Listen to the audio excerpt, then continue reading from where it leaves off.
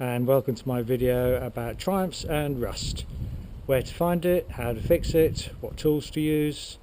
In particular this time we're looking at the Triumph Stag, some of the places where they rust and how to avoid it is common to quite a few Triumphs. So I've had a couple of Triumph Stags, Triumph Dolomite Sprint years ago. They all rust in quite similar places. Some of the older Triumphs of course had chassis, and so rust around those is an issue, but here we're just talking about the monocoque Triumphs. So first of all we'll go over a little bit of history, then the rust issues, and then the tools and compounds you used for fixing it. So introduction. Triumph Stag, what a great car. 4-seater, V8, great sound, easily tuned up. About nearly 26,000 of these were made from roughly 1970 to 1978-ish. 9,000 are still on the road in the UK. That's the highest percentage out of any classic car, which just shows how desirable they are and the willingness for people to keep them on the road and overcome the problems of rust and the issues of mechanical reliability and improving and maintaining their cars over the years. The Triumph was quite modern in its design, fully independent suspension, alloy cylinder heads, V8 block, overhead cam, alloy suspension components. The rear trailing arms were of alloy construction, and always quite ahead of the game Triumph were. They were the first manufacturer to mass produce the first 4-cylinder 16 valve engine, i.e. 4 valves per cylinder. Which of course every modern engine or any performance engine nowadays has. So they're ahead of that game. Of course, being ahead of the game, being innovative, can mean you can suffer a little bit in reliability, which unfortunately is what happened to them. The other thing that I want to touch on is dispel that myth about the engine being two Dolomite engines welding together, which is obviously rubbish, because both of the heads are different to the slant 4 engine. Different to each other. The block is obviously different, being a V8, and therefore the crank, carburetor, inlet manifolds, exhaust systems, all quite different. The only commonality of course is the same basic design principles. The water pump was the same, the way that the timing chains drove the overhead cams was the same.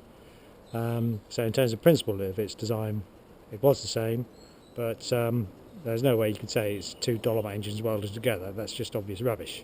So let's get rid of that myth to start with. So now let's start talking about rust from the bottom up. So I've got it jacked up. I'm not going to go too far underneath because I'm only on one jack, so don't forget, whenever you jack a car up, I'm going to get underneath, use axle stands to support the rest of it. So outriggers, one of the common places they rust. Outriggers is this box section over here, 2 of them. Both of these have been replaced.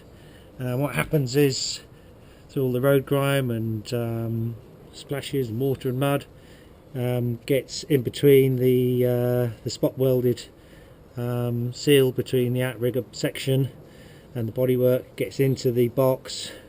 Water just sits there, rusts it out. You can have little drain holes, little holes in these. Probably originally the original one did have, this new box section doesn't, but not all of the water is going to drain out, and eventually these will rust out.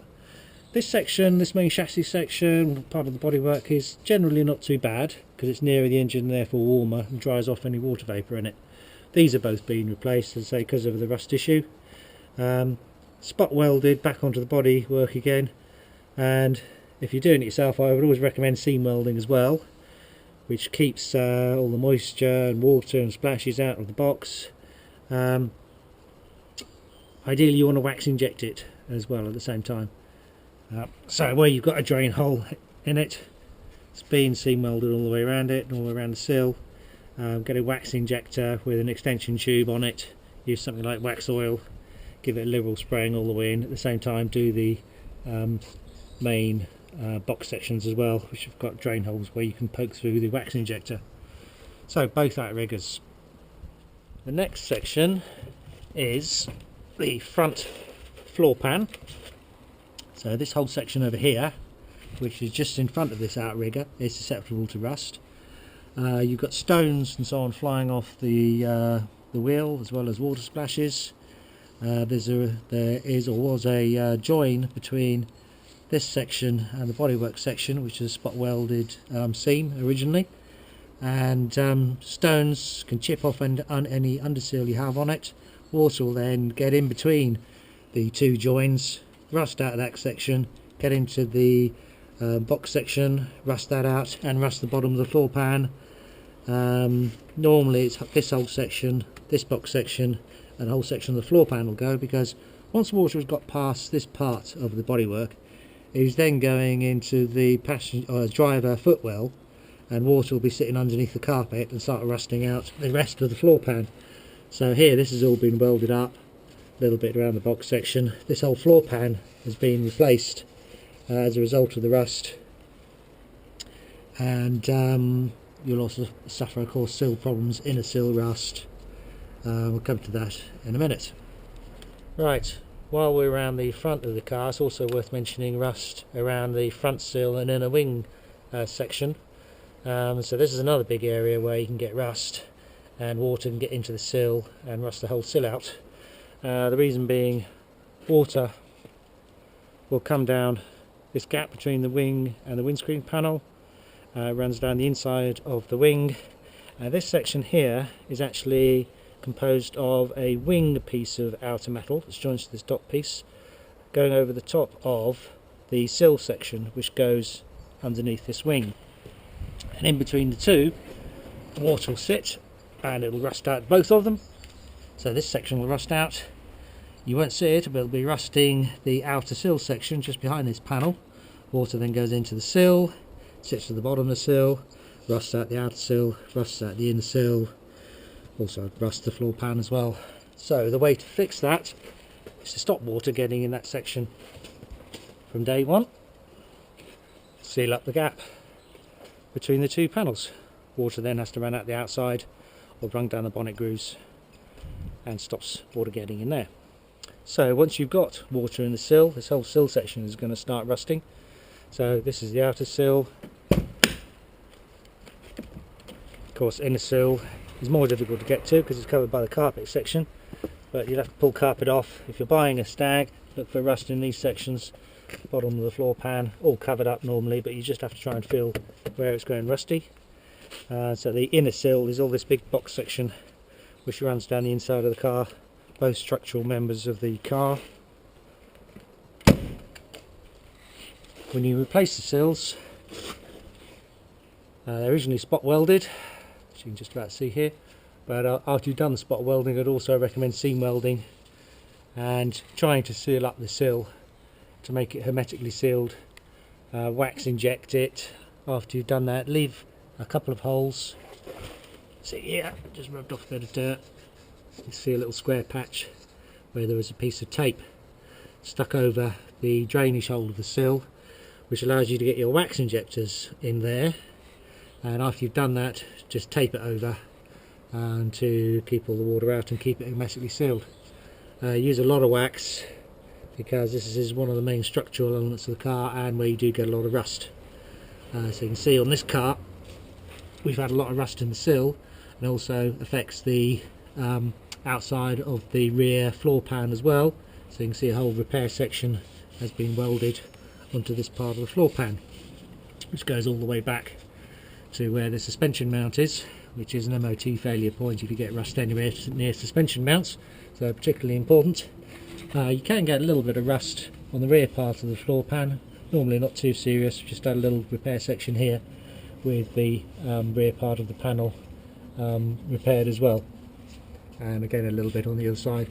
All these issues on this side of the car apply equally to the other side of the car. So the other area where you'll get quite a bit of rust is the rear boot section.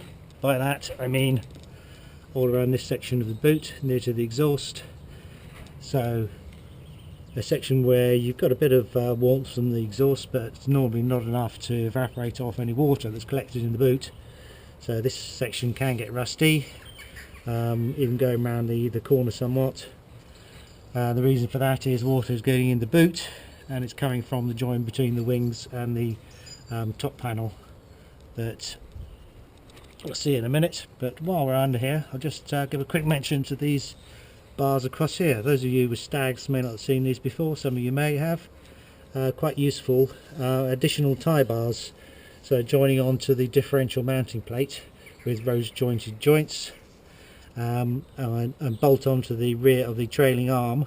Stops the trailing arm from having any left and right movement, still allows it to move up and down, and removes the suspension twitch you can get as a result of these half shafts sticking. Even very well lubricated ones as they are on this car, it still suffered from a little bit of suspension twitch, which is, for those of you who haven't read about it, is that effect where if you're coming off of a roundabout with your foot on the throttle, so applying some power, because you're going round the roundabout and applying a lot of sideways tension or movement onto the tyres, because of the sideways g-forces, you'll get a little bit of movement in this trailing arm due to a little bit of play in the bushes, which is expected.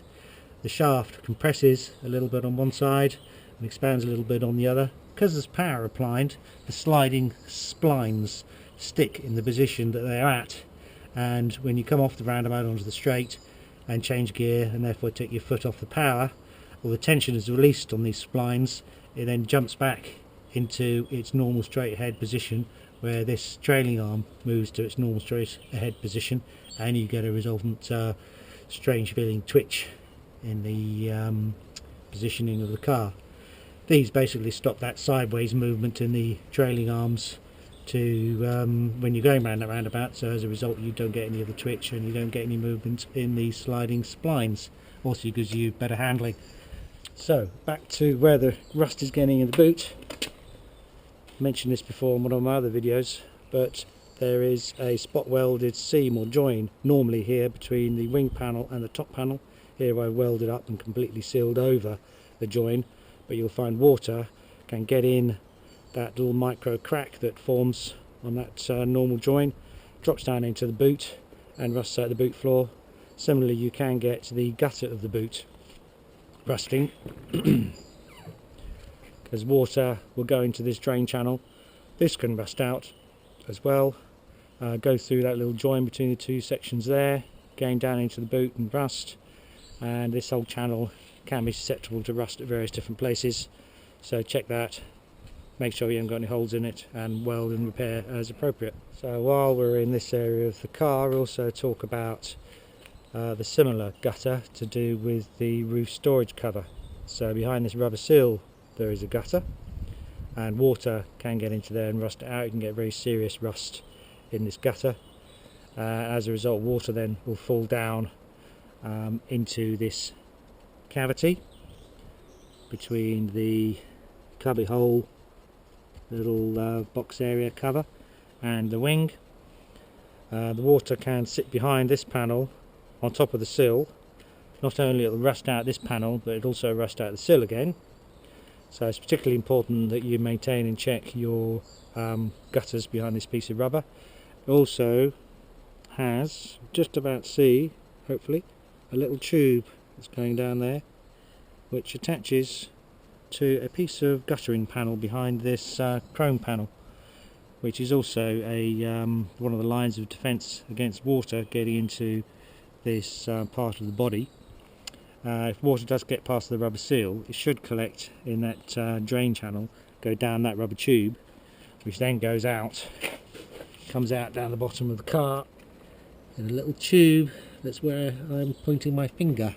You can see where my finger is pointing. Let's use the other hand. Just behind this section here, if you feel, there's actually a rubber tube, difficult to see, but yeah, here's the end of it. And that is the drain channel. Make sure those are cleared out and not full up of mud and other gunk, which stops the water from draining. Also on this part of the car, another area where Triumphs will rust of this style is on this rear edge, also the front edge. The top one tends to be worse than the bottom one, although both can be affected. There's only one way of fixing it: take the trim off. In this case, take the boot off.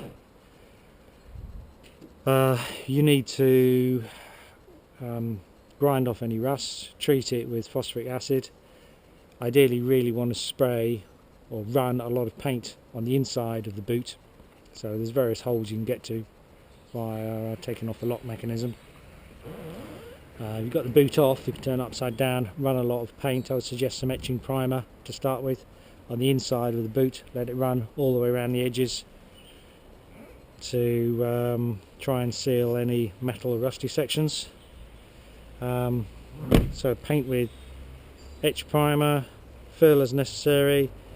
I would always use a 2-pack paint, but be careful with the safety precautions of wearing a suitable mask, respiration and so on. It can be very nasty stuff and give you permanent asthma.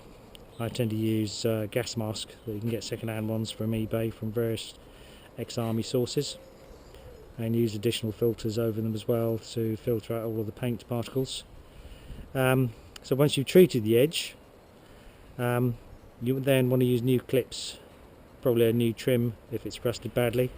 Fill the whole of the inside of the chrome trim, I would suggest, with transparent silicone sealant before you put it on, which will stop water getting in between the trim and the bodywork and rusting it out where you can't see it.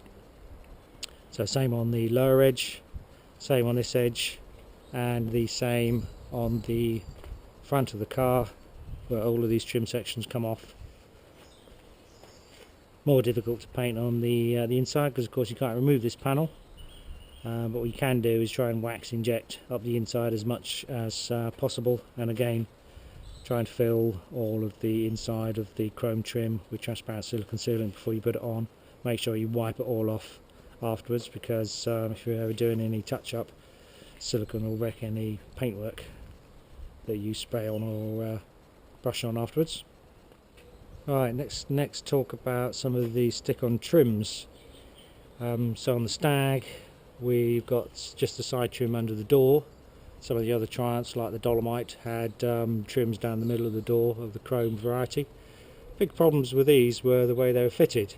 They used plastic clips that had a plastic pin through the centre of them that relied on having a hole drilled through the metalwork. Plastic pin would go into that and firmly attach itself onto the metal. The plastic then attaches to the chrome strip. Biggest problem with that is you've got a hole in the metalwork, which is a source where water will get around, rust out the hole. And on a Triumph Dolomite Sprint that I had, it was only about 5 years old at the time I bought it years ago. When I bought it, from the chrome strips that were down the side of the door, you could see rust was streaming down the doors from every place where you had a fixing pin. Great way of fixing it on this Triumph Stag that I've done, that has worked successfully. This has been applied several years, so as firm as it ever was, is not to use any of those plastic pins, therefore not to have to drill any holes in the sill. Last thing you want to do is having put a new sill on and wax injected it, and drill holes in where water can get in and start rusting it out again. So what I did here is take this plastic trim, fill all the inside of it with car body filler. Be careful not to go over the edges, so tape off the edges. Fill it all off, get a flat finish on the inside of this chrome strip. You then got a flat surface that you can then attach to the near enough flat bodywork. The way to do that is the way all modern cars do it. So where you've got side trims stuck on modern cars, they use very strong adhesive, double-sided foam tape, double-sided adhesive foam tape, which you can get in any motor factors or normal Halfords or motorist discount shops. So you can stick that to your trim and stick it onto the side of the bodywork, or in this case onto the sill, and after an hour or so it's very firmly attached. Of course it sticks straight away because it's just double-sided tape, but the adhesive I think firms up over time, and you can see it in here actually, tiny little black line where the adhesive rubber strip is placed, goes all the way along. Nothing's going to rust because you haven't cut through the paintwork of the bodywork, and so a very non-intrusive way of attaching trim, and has worked quite successfully in this case. The other area that will rust is your doors, because water will get past the seal on your windows. Make sure these seals are quite good, by the way, to minimise that effect, but nonetheless you will get some water going in between the seals. possibly underneath the chrome, possibly through the rubber on the glass. And of course water then goes down to the bottom of the door, where it will try and drain out, but also try and rust the bottom of the door. So look under this section, so you can see here we've got a little bit of rust still. The rest of it not too bad. This has been treated years ago. The best way of fixing it permanently, of course, is to put a new door skin on it. This particular one was repaired many years ago. It lasted quite well because there was some rust holes, some new bits of metal have been welded on. The best way, as I say, of doing it is to apply a new door skin, which is possible to do yourself.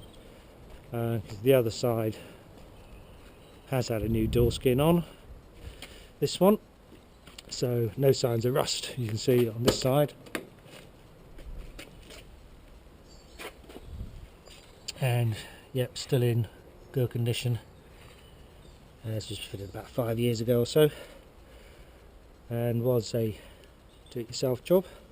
But if you do decide to patch up the rust yourself, try and weld up and form a piece of metal skin on the door if possible, by applying some welded metal plates.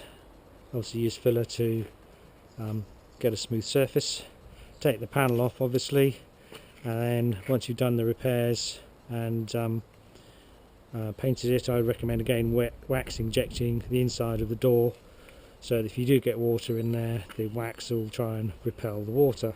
The other traditional area where cars rust is around the edges of the wings, around these sections where mud will collect. See the mud coming out here, and where you've got mud you'll have moisture. When it's wet, moisture will sit there rusting out the inner and outer part of the wing. On the Stag there's a metal inner wing section, this bit here, and of course the outer wing section, and in between those two panels you will also get water forming and rust forming. So if you have any problems, obviously after welding up any sections need repairing, again try and wax inject between the two sections to try and repel water. Areas around the front of these wings are particularly susceptible to rust, where stones and so on will chip, remove any underseal and therefore rust out any metal afterwards. So this whole area is a big area where you can get rust, because mud and water will collect here. Hopefully you can see where I'm pointing. The front part of the inner wing, as well as I've already said, around the rear part of the front wing and this section. Also, while we're talking about the front valance, this section here basically is where you can get a lot of rust through water being thrown up from the front wheels, water going into this panel and sitting on the lower valance and basically rusting it out. So make sure you've got good drain holes, these holes here, make sure it's wax injected. And the other place that you'll get water coming in is water running down onto the front panel. This is one top panel of the bodywork that normally would have a spot welded join between the wing and the top panel, same the other side. And again here you see I welded up and flattened the two panels to stop water getting down between the two joints. Also you can get water coming behind this top front panel, and we'll get to the panel underneath, which is basically up here. We'll rust out that panel again, then the water will also drop down onto the lower valance and rust it out.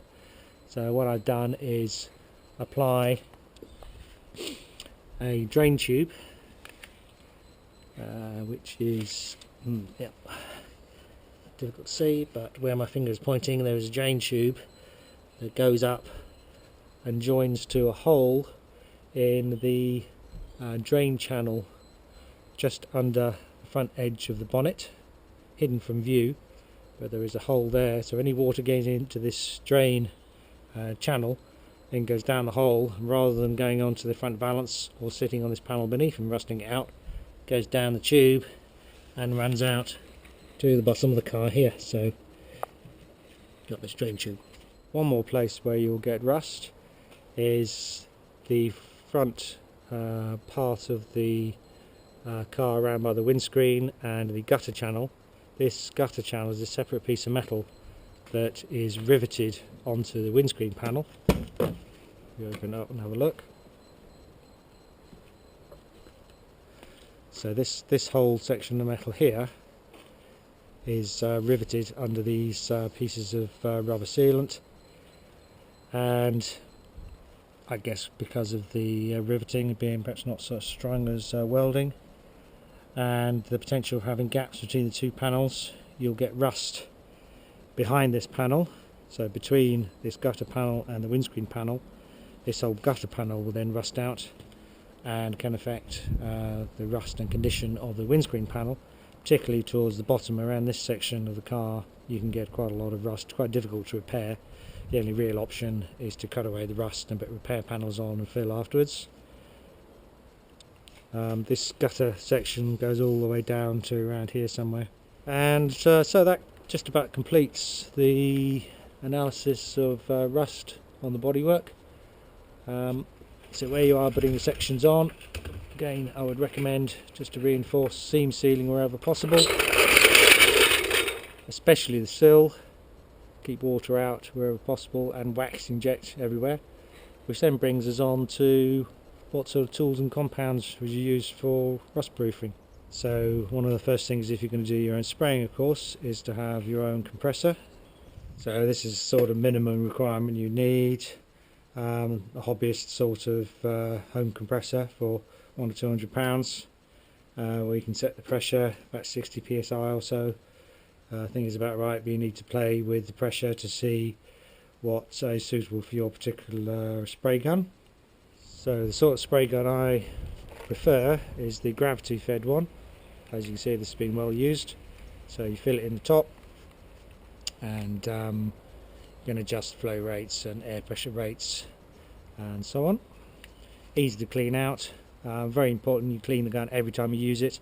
So take these off, take all the inner components apart, give it a good clean, wash out the inner tub with paint thinner, or whatever sort of paint you're using, the appropriate thinner for it, and run it through and let the thinner run through the jet and out into a spare pot, dispose of sensibly.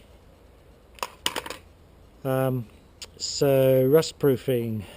So where you've got rust, obviously you should try and get rid of most of it by cutting it out or grinding it out, but where you've still got some surface rust, use something that has phosphoric acid in it to try and convert the rust into a more inert compound. So you can, anything that basically etches into rust is a good idea. Following that, you want to use an etch primer, so look for the word etch and primer on it. It's what they call a 1K paint, which means you don't have to mix it with any hardener, but if you need to thin it out, then you'll need some special thinner to go with it.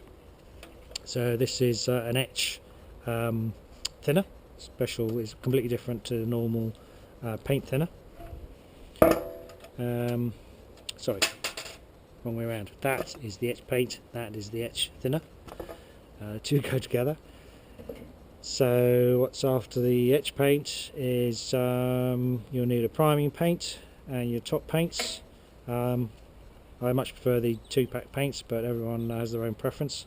So you'll look for the words 2K paint, and you'll need 2K hardener to go with it, and 2K thinner. I think a normal ratio is something like 2 to 1 to 1. But check on the supplier of the paint actually what the correct ratio is.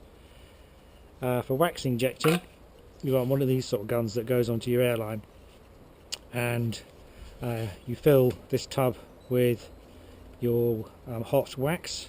Pressing the gun basically splurts the wax either out of this nozzle directly, or you can attach an extension pipe such as one of these and put that into your, for instance, into your sill, and work it all the way along. The wax will then splurt out in all sorts of different directions out at the end. Gradually move it back while you're applying the wax, and you'll then fill your box section with some nice hot wax. Of course, to make it hot, you've got to fill this thing, you've got to heat it up after it's been filled. I would recommend using an electric hot air gun.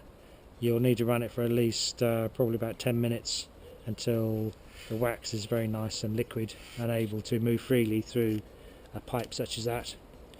Sort of wax compounds you use is like this one from Hammerite, wax oil, which is I guess a combination of oil and wax.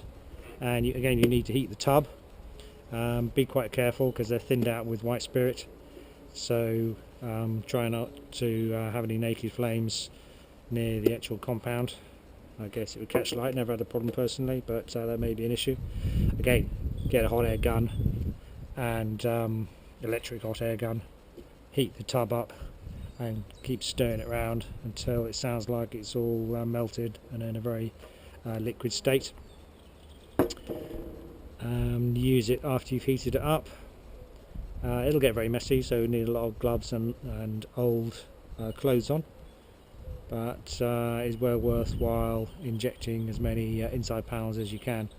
The other thing that I haven't got here is spray on stone guard, which is how do you describe it? It's a compound that when it dries looks a little bit like body filler, but it gives you a quite thick layer of protective coating that is useful for putting on these sort of sections around the wheels on these panels where you're going to get a lot of stones bouncing against it. I even used it on the lower part of the outside of the sill to give it a thicker coat of quite protective paint to again protect from stone chips, and gives a slightly orange peely effect to the paintwork, which I personally prefer for the lower section of the sill to show that it has been body protected. Protect yourself well in terms of your eyesight and your lungs from any of these compounds. So this is a gas mask that I got from an ex-army store from eBay. Protects your eyes, protects your lungs, has a good filter. I tape on additional filters on the outside here. They normally have a carbon filter that comes with the gas mask, but tape on some protective filters that are used for paint spraying, particularly the sort of filters that can be used with 2-pack paints. 2-pack paint is particularly nasty, and if you breathe in the particles and fumes can give you asthma and on a permanent basis, so don't be too careful and take as many precautions as you can. Full breather with separate air supply would of course be the best, but if you're doing it outside I found that one of these is sufficient, but don't take my recommendation, make your own judgment on that. So I think we've touched on quite a few areas of rust and what to do about it. There's bound to be some bits I've missed out, but it gives you a bit of a flavour and hopefully helps somebody to at least perhaps have a bit more confidence to tackle rust proofing on their own cars. It's not too difficult, but it just requires a bit of time, a bit of patience, a bit of perseverance, like anything. Okay, thanks for watching.